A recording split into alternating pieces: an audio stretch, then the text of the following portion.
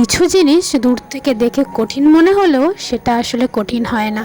আজকে আমি এই কঠিন জিনিসটাকে সহজ করে তোমাদের বানিয়ে দেখাবো। চলো তবে শুরু করা যাক।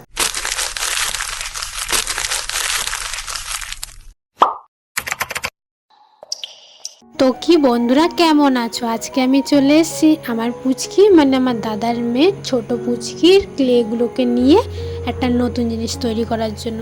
ও জানতে পারলে আমাকে খুব বকবে, কিন্তু আমি কি করব? ও যখন স্কুলে গেছে আমি তখন ওর খেলনা নিয়ে খেলতে বসে গেছি।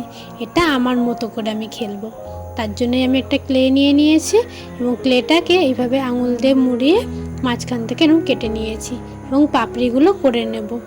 মাঝে মাঝে ছোটদের খেলনা দিয়েও বড়দের জিনিস করা যায়, সেটাই আজকে আমি তার উদাহরণ হিসেবে একটা করে দেখাচ্ছি।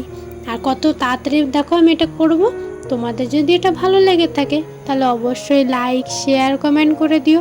আর চ্যানেলে নতুন হয়ে থাকলে নিচে সাবস্ক্রাইব লেখা বাটনটা প্রেস করে পাশে থাকা বেল আইকনটা অবশ্যই ক্লিক করে দিও, যাতে এরকম সুন্দর সুন্দর ভিডিও নোটিফিকেশান তোমাদের কাছে আগে পৌঁছে যায়। দেখো দেখতে দেখতে আমার ফুল কিন্তু তৈরি।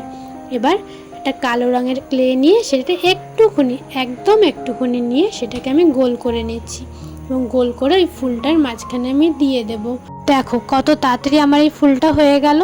যখন আমি এটা তখন ভাবছিলাম এটা হয়তো অনেক টাইম লাগবে, অনেক বেশি সময় লাগবে, কিন্তু হাতে ধরার পর কাজটা এত তাড়াতাড়ি আর ইজি হয়ে যাবে আমি নিজেও বুঝতে পারিনি। তাই কখনোই আগে থেকে কোনো কিছু চেষ্টা না করে সেটার ব্যাপারে ভুল ভাবা উচিত নয়, যেটা আমি করে ফেলি। দেখো একই রকমভাবে অনেক রঙের ক্লে দিয়ে আমি এক এক রকমের ফুল বানিয়ে নিয়েছি।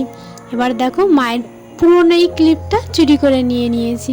আমি জানি চুরি করা মহাপাপ, কিন্তু যদি না পড়ো ধরা পড়লে সেই চুরি আর চুরি থাকে না, তখন সেটা শাস্তির যোগ্য হয়ে যায়। কিন্তু আমি যখন এটা মায়ের ওখান থেকে নিয়েছিলাম তখন মা জানতো না।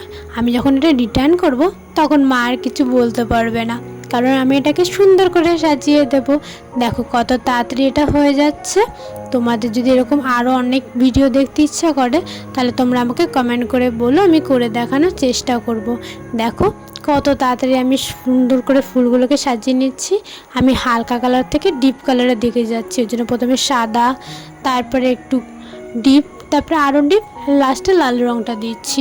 তোমাদের এই ভিডিওটা কেমন লাগলো অবশ্যই কমেন্ট করে বলতে ভুলো না যেন। আজ তবে এই অবধি থাক। এবার বলো কেমন হয়েছে এটা।